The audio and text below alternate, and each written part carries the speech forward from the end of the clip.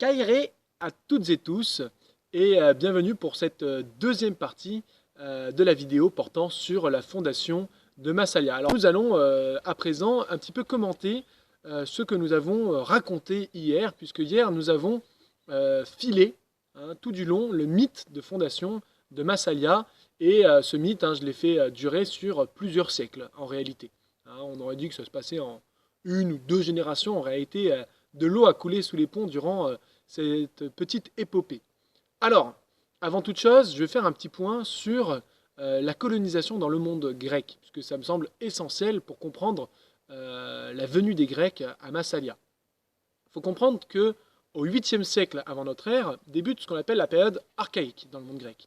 On l'a appelé ainsi parce que c'est à cette période que la civilisation hellène connaît un renouveau après des âges qu'on qualifie en histoire antique des âges obscurs, après une période assez trouble découlant de la fin des guerres mycéniennes. Ça pourrait faire l'objet d'un sujet, et de la fin de l'Empire mycénien. Alors, pendant cette période apparemment de troubles, des aristocrates tenaient les terres et ils ont fini par la céder à des groupements de fermiers qui ont rassemblé leur village pour fonder des communautés qu'on appelle les polis, donc les cités-États. Là, je vous la fais très courte, mais si ce sujet vous intéresse, on pourra en parler plus longuement. Et ces cités-États utilisent la phalange comme moyen pour s'affronter, donc une formation militaire très compacte, pareil, qui peut faire office d'un sujet, et ces derniers s'affrontaient dans des sortes de guerres rituelles qui avaient un énorme avantage. Pour résumer, c'est qu'elles laissaient assez peu de morts sur le champ de bataille, et surtout, elles permettaient aux perdants d'uniquement céder l'objet du conflit, donc généralement le champ de bataille, sur lequel on s'était affronté justement. Et cette cité avait d'autres moyens pour essayer de subvenir à ses besoins, sachant qu'elle avait perdu une partie de ses richesses. Et ces autres moyens, c'était les arts, l'artisanat et aussi le commerce. Le fait de ne pas perdre son corps civique, de ne pas perdre ses forces vives et de ne pas faire une guerre incessante, une violence qui monopolise tout le corps masculin, permet en fait à ces cités de trouver des alternatives à la perte de territoire. Et en fait, c'est ça qu'on va appeler le miracle grec entre le 8e et le 6e siècle de notre ère. Donc c'est vraiment ce miracle est dû à l'apparition de la phalange, et une des conséquences de ce miracle, c'est la colonisation de la Méditerranée par les Grecs. Alors, il y a plusieurs raisons pour les Grecs de partir. D'abord, la première, celle qui est la plus souvent évoquée, c'est ce qu'on appelle l'étroitesse des terres. On suppose que ces affrontements ont fait très limité, ont permis un essor démographique sur le continent, et les cités qui ne voyaient pas leur corps civique massacré à la guerre et qui, en plus de ça, perdaient des territoires, devaient bien se nourrir. Pour ce faire, elle avait besoin de commercer et surtout, elle avait besoin d'exclure une partie de sa cité. Donc on dit souvent que l'étroitesse des terres a poussé les Grecs à sortir de la petite Grèce comme ça, et à aller s'implanter dans des terres plus fertiles voisines. Donc ce phénomène, il connaît plusieurs étapes que je résumerai juste après. Une autre des raisons qui est avancée, c'est justement les guerres civiles. Le fait que, au sein d'une même cité, on s'affronte, puisqu'on cherche à imposer un système politique, puisque le propre de la police, de la cité-État, c'est de se donner un système politique cohérent, isolamique, pareil, ça je pourrais en parler dans une autre vidéo, et en cas d'affrontement et en cas de défaite d'un camp, on peut proposer à ce camp de partir fonder son modèle de citoyen idéal à l'étranger. Voilà, c'est beaucoup plus simple, et surtout ça permet d'envoyer une partie de son corps civique de l'autre côté de la Méditerranée et finalement d'agrandir la cité, que les deux gardent des liens entre la colonie et la métropole, tout en permettant à la colonie d'obtenir une forme d'indépendance et d'autonomie politique. Ça, c'est le deuxième point. Et le troisième point, c'est la quête commerciale. En fait, très vite, les Grecs, du coup, en développant leurs arts et leur artisanat, vont pouvoir avoir des exportations, des denrées précieuses qui vont être désirées par beaucoup de populations et de civilisations méditerranéennes. Et les Grecs vont chercher à les exporter. Et de même, en retour, eux vont chercher à ramener en Grèce des biens qui ont de la valeur et qu'on ne trouve pas sur le territoire grec. Donc en fait, à cette période, la Méditerranée commence à devenir un petit peu une autoroute. D'autant plus qu'ils ne sont pas les seuls sur ce territoire. Alors, cette colonisation, elle se passe en plusieurs étapes. Notamment, en fait, la première étape la plus importante, ça va être celle de coloniser l'Ionie, donc la côte d'Asie mineure. Phocée est elle-même très probablement une colonie grecque, hein, mais pendant les âges obscurs, puis de coloniser la mer Noire, un petit peu le sud de la Méditerranée, mais il y a un problème puisque là-bas il y a les Phéniciens, ça j'en reparle juste après, et coloniser ce qu'on appelle la Grande Grèce, c'est-à-dire l'Italie du Sud, qui est donc finalement juste en face, l'Italie du Sud et la Sicile, qui va devenir une des places les plus riches du monde grec, d'un point de vue culturel. Alors, ça c'est le premier effort de colonisation qui a lieu à peu près vers le 8e et 7e siècle. Mais cet effort de colonisation commence à se ralentir vers la fin du 7e, notamment parce qu'il se confronte à d'autres adversaires en Méditerranée, les Phéniciens, qui eux-mêmes sont des marins, des commerçants, qui viennent justement des côtes du Levant et qui commencent doucement doucement à s'implanter sur toutes les routes commerciales menant du Levant jusqu'au détroit de Gibraltar, et qui a fondé une place très importante, Carthago, hein, Carthage, qui, dès la période archaïque, commence à avoir une domination assez importante sur le bassin occidental de la Méditerranée. Alors, tous ces récits de fondation, en plus de cités, correspondent à plein de mythes et à la mise à l'écrit de ces mythes. Le renouveau de l'écriture, c'est 8e et 7e siècle, c'est pas un hasard. Et notamment le mythe de l'Odyssée, hein, donc le voyage d'Ulysse, finalement, qui est mis à l'écrit à cette période par Homère, hein, eh bien, il raconte certains éléments des voyages et certains points géographiques de la Méditerranée. Ce sont des points de repère pour les marins, de même que différents mythes de fondation. J'ai parlé hier des colonnes d'Héraclès, donc en fait du détroit de Gibraltar, qui est en fait une porte permettant d'accéder au commerce vers l'Atlantique. D'accord ? À l'époque déjà, hein, le commerce vers l'Atlantique existait, et j'en reparlerai. Et justement, je vous ai dit que les Phocéens y avaient pris part. En fait, ce sont d'abord les Samniens, qui sont juste en face, une petite île des côtes d'Asie mineure. Samos a été la première à découvrir apparemment par hasard le royaume de Tartessos, donc en Andalousie actuelle, un royaume très riche, fort doté en or et en minerais, notamment minerais de fer. Et finalement, ce sont les Phocéens qui vont exploiter ces ressources pendant un temps donné, et grâce à ces ressources, vont pouvoir bâtir leurs remparts. Ça, c'est un point à retenir, c'est que les Phocéens sont d'abord des navigateurs au long cours, hein, dès la période archaïque, c'est-à-dire qu'ils voyagent très loin, avec des navires qu'on appelle les pentécontaires.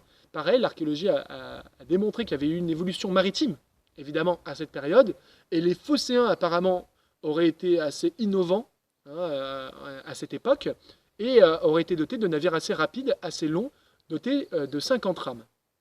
Ces pentécontaires leur permettaient justement d'acheminer des denrées depuis le détroit de Gibraltar jusqu'à Phocée, ce qui apparemment les a grandement enrichis, et l'archéologie le prouve, Phocée, en effet, s'est dotée de remparts à cette période. Donc elle est devenue une place forte, et elle n'avait plus besoin en fait de menacer ses voisins, de les affronter sur le champ de bataille, puisqu'elle pouvait se cacher tranquillement derrière ses remparts.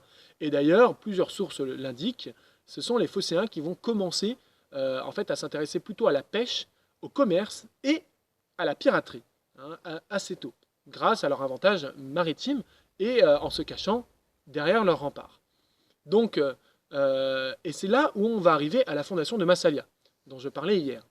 Je vous ai dit, hein, tout le mythe avec Protistes, Égyptistes, tout ça, c'est un beau mythe, mais il y a plein de choses à récupérer là-dedans. D'abord, comment s'organise une expédition coloniale? D'abord, on choisit ce qu'on appelle un oikiste, c'est-à-dire l'oikiste, c'est celui qui va fonder la future maison, hein, donc c'est le chef de l'expédition. Ce dernier doit demander à l'oracle de Delphes un présage lui permettant de choisir un emplacement. En fait, on sait que ces grands sanctuaires panhelléniques, hein, puisque Delphes est un sanctuaire panhellénique, ça je pourrais en reparler aussi, ces grands sanctuaires panhelléniques vont prendre énormément d'importance, notamment d'un point de vue concret, pour aider à la colonisation, puisqu'il ne s'agissait pas d'envoyer une colonie grecque juste à côté d'une autre, hein, tout en sachant qu'en plus les deux sont ennemis. Non, le but, ça va essayer de planifier un petit peu cet effort de colonisation. Ça marchait plus ou moins. En tout cas, pour les Phocéens, on leur a proposé d'aller dans une zone qui était assez dangereuse, mais qui semblait extrêmement intéressante d'un point de vue commercial. Et vous verrez, j'y reviendrai très prochainement pourquoi.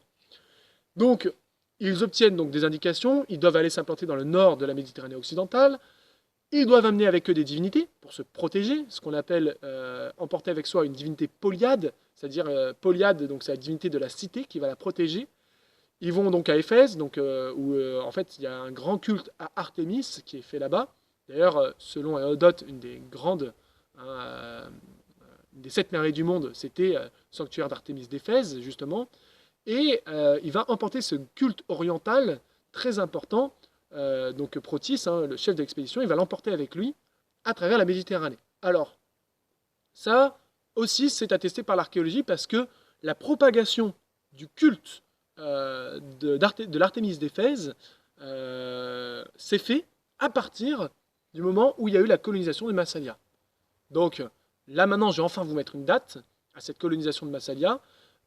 On est environ en 600 avant Jésus-Christ. Donc il y a aujourd'hui 2000, que je ne vous dise pas de bêtises, 2620 ans. Voilà. Il y a 2620 ans, ils ont fondé Massalia. D'ailleurs, c'est très précis puisque certains auteurs disent que c'est exactement 120 ans avant la bataille de Salamine. D'autres disent que voilà, c'est à l'époque du roi Tarquin. Bref, tout concorde pour dire que c'est la fin 7e et début du 6e siècle. Donc on est sur la fin de la période archaïque en fait. Et cette période assez tardive ne correspond pas en fait à des conflits autour de fossés. Fossés à assez de terre, donc c'est pas l'étroitesse des terres. Il n'y a pas de guerre civile, il n'y a pas d'ennemi extérieur. C'est vraiment une expédition commerciale et culturelle. Et le culturel permet notamment de lier des relations avec des populations et de créer des alliances. C'est ce qu'ils vont faire un petit peu, et celle qui nous est parvenue, c'est l'alliance avec Rome. Au moment où cette expédition est passée par Rome, il faut comprendre que la cité de Rome était commandée par des rois, donc en l'occurrence par Tarquin, et c'était une petite cité. Les cités du nord étrusques étaient beaucoup plus puissantes, ou Carthage était bien plus puissante à l'époque. Mais les Phocéens vont décider de s'allier avec cette dernière pour plusieurs raisons. Tout d'abord, tout le sud, hein, en dessous de Rome, eh bien, il y a plein de cités grecques déjà. Donc on ne peut pas s'installer. C'est la première chose. Il n'y a pas de débouchés commerciaux. Ce n'est pas une bonne implantation. Et au-delà de Rome, il n'y a pas d'implantation grecque à ce moment-là. Donc il faut choisir un allié proche qui serait un relais permettant de revenir facilement vers le monde grec et d'avoir un allié en cas de conflit avec des barbares hein, dans le nord. On ne sait pas encore comment il est considéré, mais très probablement les Grecs à l'époque ils devaient considérer les Romains comme des barbares. Donc ils se font des alliés, et pour se faire des alliés, ils leur proposent très probablement des sortes d'accords commerciaux privilégiés, et surtout, ils leur donnent une divinité hein, qui va les lier. Hein. Si on a un culte commun, on va se sentir rapprochés de même civilisation. Alors, par la suite, ils ne s'implantent pas sur les rivages étrusques, mais ils vont s'implanter sur une petite, pas une péninsule, mais une petite avancée sur la mer, qui est ce qu'on appelle la Corne du Lacidon, avec juste à côté hein, le Vieux-Port, l'actuelle ville de Marseille.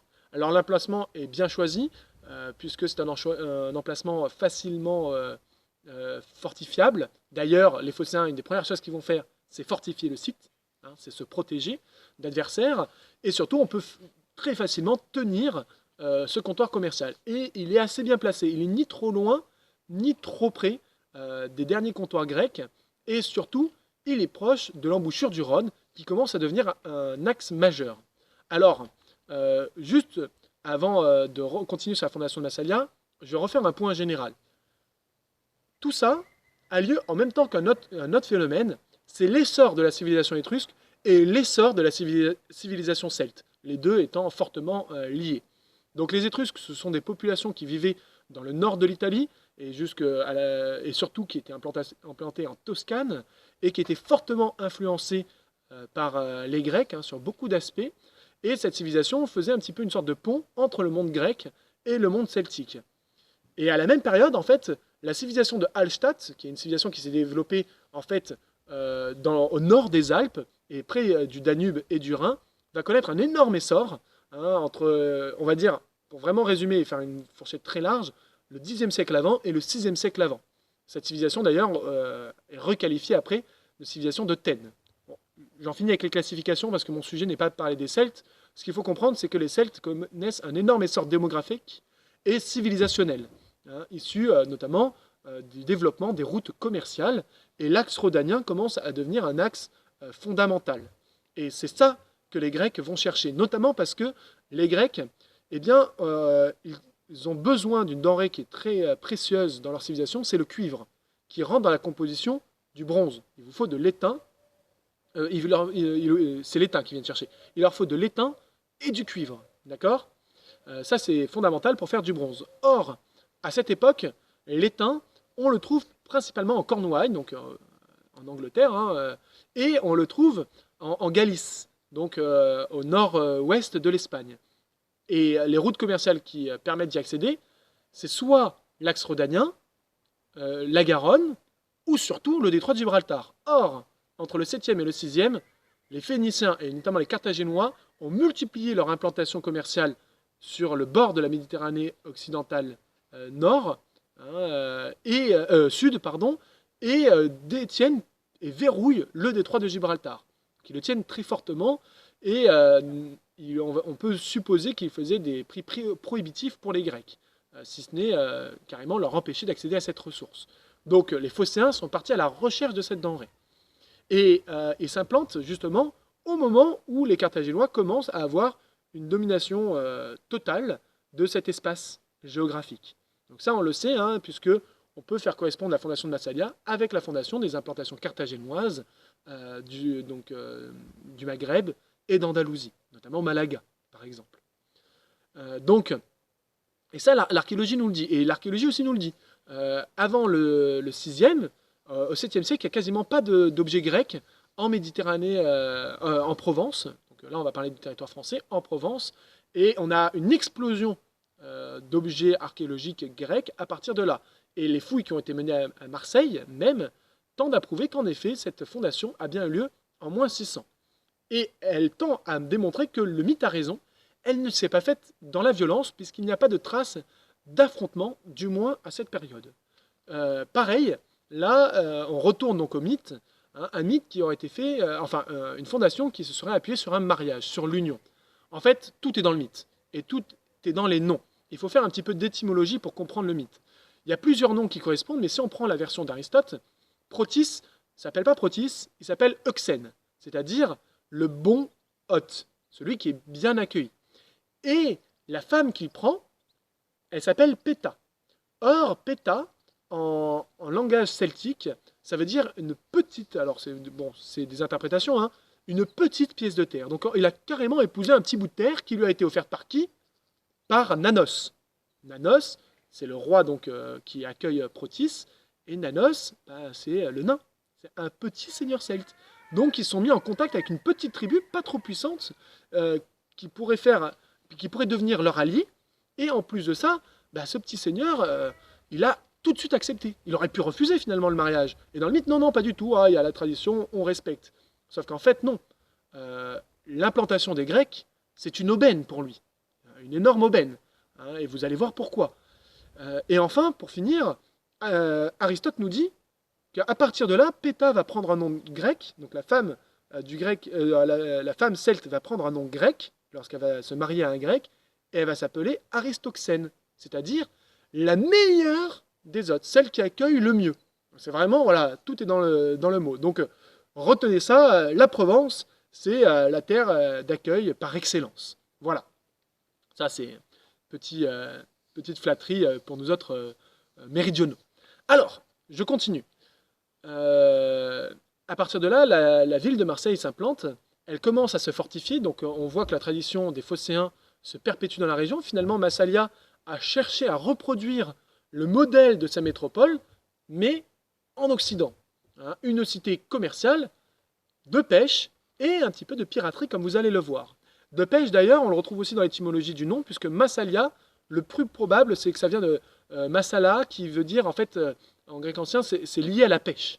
Donc, très probablement, au début, ce sont surtout des pêcheurs, et d'ailleurs, l'archéologie sous-marine a mis au jour des navires, et puis pas que l'archéologie sous-marine, l'archéologie sur le site archéologique du centre Bourse à Marseille, donc en plein cœur de Marseille, a mis au jour des navires, et notamment un navire de pêcheurs de corail. Hein, donc on a un petit navire cousu qui date de cette période et qui s'appelle d'ailleurs l'Egyptis. Je vous invite, si vous allez à Marseille, à aller voir cette épave et si vous pouvez, à aller voir la reproduction qui a été faite par le projet Protis, qui sont des amis et qui sont vraiment extrêmement pros dans le domaine. Hein. Si ça vous intéresse, vous me demandez en commentaire, je vous enverrai peut-être le lien. Alors, ce sont d'abord des pêcheurs et tout porte à croire qu'au début, ça se passait plutôt bien. Voilà, l'implantation se passe bien, la cité se développe. D'un point de vue archéologique, on sait que c'est à cette période qu'elle commence à mettre des petits comptoirs. Donc là, c'est vraiment des comptoirs, c'est-à-dire des relais commerciaux. Emporion en Catalogne, Téliné, Arles, Rhodanensis, c'est Saint-Gilles. Ils commencent à contrôler le Rhône pour la simple et bonne raison que, via le Rhône, leur arrivent plusieurs denrées extrêmement précieuses. L'étain, dont je vous ai parlé, l'ambre, qui est une denrée précieuse qui vient de mer Baltique et qui, par le réseau commerciaux celtique, arrive jusqu'en Méditerranée et arrive par Marseille, donc l'ambre, et aussi du fer, des céréales, des esclaves. En échange, qu'apportent les Grecs? Eh bien, en s'implantant, ils vont amener avec eux leur mode de vie, et notamment, ils vont amener déjà le raisin.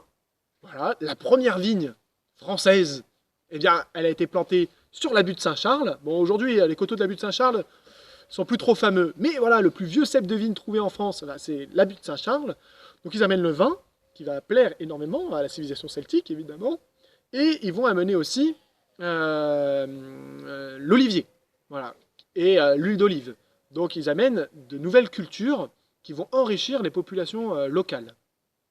Alors, ces denrées vont faire la richesse de Marseille. En plus de ça, ils vont échanger des objets manufacturés avec les populations celtiques. Des armes de prestige.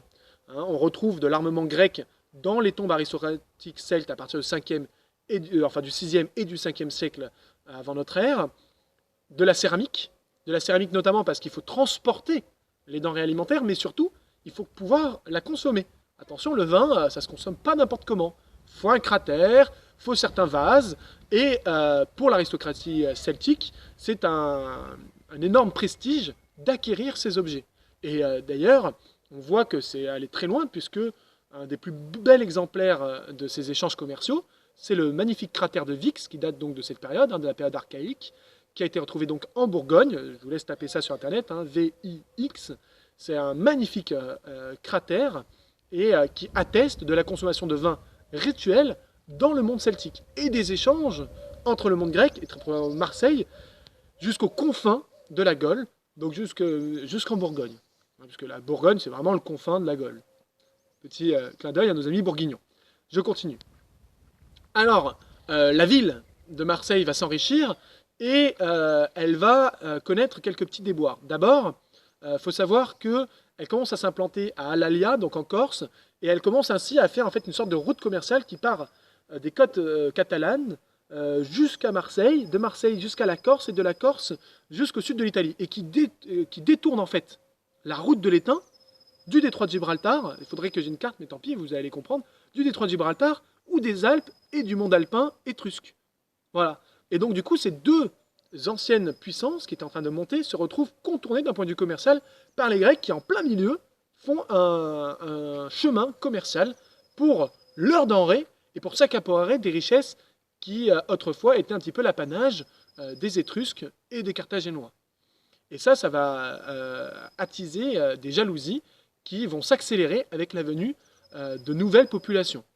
Donc ces nouvelles populations, elles sont venues, et ça on le sait grâce au texte historique, de Phocée. Et donc là, ça rejoint à la fois le mythe et les sources historiques, puisque comme je le disais hier, la ville de Phocée va être attaquée par l'Empire achéménide. En fait, cet immense empire, je ne vais pas en parler maintenant, si vous ne connaissez pas les Perses, il faut me demander un sujet et je peux vous en parler. Mais là, je ne vais pas en parler maintenant, mais il y a un immense empire qui naît en Orient et qui va s'emparer de la métropole Phocée. Donc on est en 544 avant, et une partie de la population, une bonne moitié, va s'enfuir et elle va venir s'implanter à Alalia, donc en Corse, Aléria. Et là, on nous dit qu'il s'adonne à la piraterie, activité apparemment courante chez les Phocéens. Toujours d'ailleurs, aujourd'hui, on sent qu'ils ont gardé cet héritage, nos chers amis de la ville de Marseille. Et donc, les Phocéens vont, en faisant des actes de piraterie, vont donner un prétexte à Carthage et aux Étrusques de s'attaquer à cette petite colonie, à l'Alia, en Corse, pour couper l'ancien chemin dont je vous parlais tout à l'heure, commercial. La bataille, je vous en ai parlé hier, elle tourne en défaveur des deux camps. En gros, il y a des grosses pertes de chaque côté. Les Grecs finissent par rester installés quand même à l'Alia jusqu'au IIIe siècle, d'un point de vue archéologique, mais les Étrusques s'emparent du reste de la Corse. Donc en fait, les Grecs ont regardé un petit comptoir fortifié et ont pu conserver leur route commerciale, mais n'ont pas pu dominer la Corse. Là où les Étrusques ont commencé, eux, à faire un autre axe commercial, menant en fait de la Corse à la Sardaigne carthaginoise, et donc une sorte d'alliance entre les Étrusques et les Carthaginois, et de l'autre côté, les Romains, les Grecs et les Massaliotes. Et les Phocéens restants, survivants, vont s'enfuir et s'installer à Marseille. Ça va faire exploser d'un point de vue démographique la cité, ce qui va lui permettre de continuer son effort de colonisation, et même de l'accélérer, ce qui va faire peur aux tribus locales. On nous dit dans le mythe qu'un des descendants de Nanos va tenter d'attaquer par surprise Marseille. Eh bien, ce mythe-là, il correspond en fait aux premières traces de conflits qui existent entre les Grecs qui s'implantent dans la région et le monde celtique, et qui datent, on va dire, de la fin du 6e et du début du 5e siècle avant. Et d'ailleurs, d'un point de vue archéologique, c'est intéressant de voir que c'est à cette période que les fortifications des sites massaliotes vont s'intensifier, qu'on retrouve des traces de conflits dans les petits territoires voisins, sur certaines oppidas voisines, donc ça veut dire que les Grecs eux-mêmes ont attaqué certaines oppidas, et enfin, à la fin du 5e et au 4e siècle, les Grecs vont carrément payer des ingénieurs pour aller construire des fortifications sur les oppidas, donc les fortifications de leurs alliés celtes, notamment autour de Marseille, mais pas seulement. Donc dans cette vidéo, je ne vais pas parler après de toute l'implantation de Marseille en Provence. Moi, je m'arrête là au mythe. Si ça vous intéresse, la thalassocratie, on va dire massaliote, et l'histoire de Marseille, après leur implantation, on peut en parler, mais il faut la demander en commentaire. Mais ce qu'il faut retenir par rapport à ça, et pour continuer sur ce mythe-là, c'est que, en effet, il y a eu des conflits avec les Celtes qui ont eu lieu plus tard, suite à l'arrivée des Phocéens. Donc après, il y a eu une sorte de période de stabilisation. Massalia connaît un essor assez fulgurant, et elle va être confrontée à l'essor de la civilisation celtique. En fait, à la fin du 5e et au début du 4e, les Celtes descendent en fait en masse. Ils vont faire des invasions, notamment dans la plaine Padouane, donc en Italie. Donc ils vont mettre fin à la civilisation étrusque. Ils vont assiéger Rome. Donc ça, c'est le mythe du bouclier de Brennus, pour celles et ceux qui connaissent.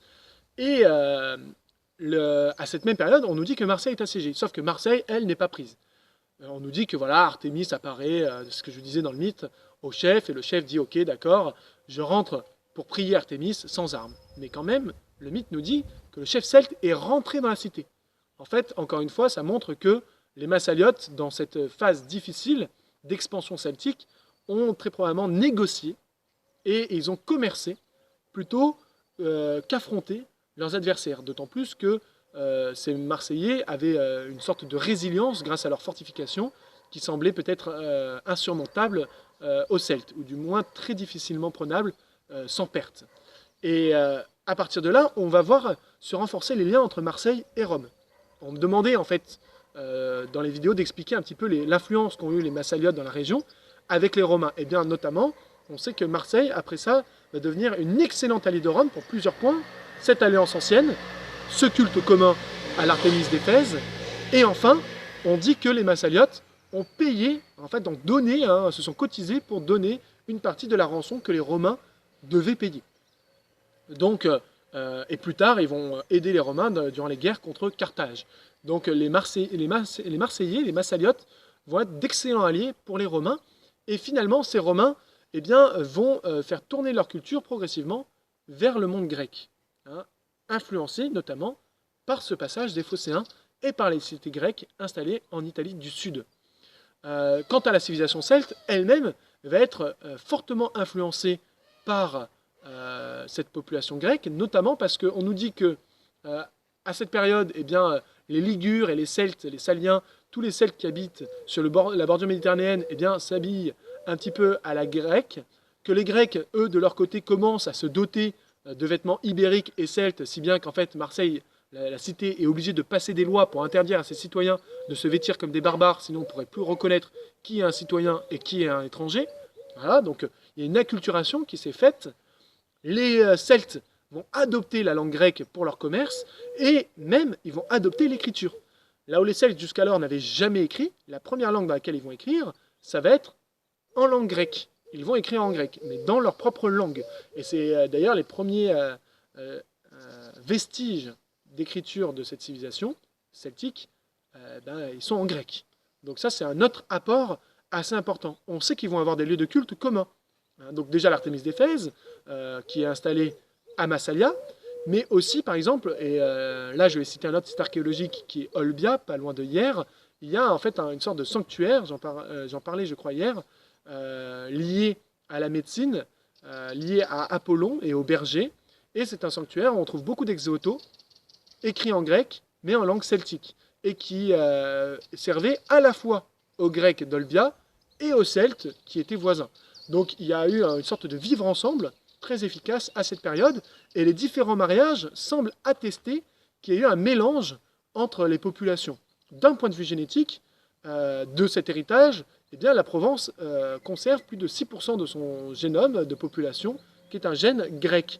Quand on sait que ce sont 2 seulement éléments de migration qui ont eu lieu dans l'histoire, au 6e, enfin au début du 6e et à la fin du 6e siècle, eh bien, c'est quand même assez imposant. Après, le truc, c'est qu'ils ont dominé la région pendant longtemps. Donc, comme ils ont connu une certaine ère de prospérité d'un point de vue démographique, ça a dû progressivement prendre de l'ampleur, mais ce n'est pas le sujet de cette vidéo. Voilà, donc j'espère que cela vous a plu, et je vous donne rendez-vous à la prochaine vidéo pour un autre sujet. N'hésitez pas à proposer dans les commentaires. Portez-vous bien!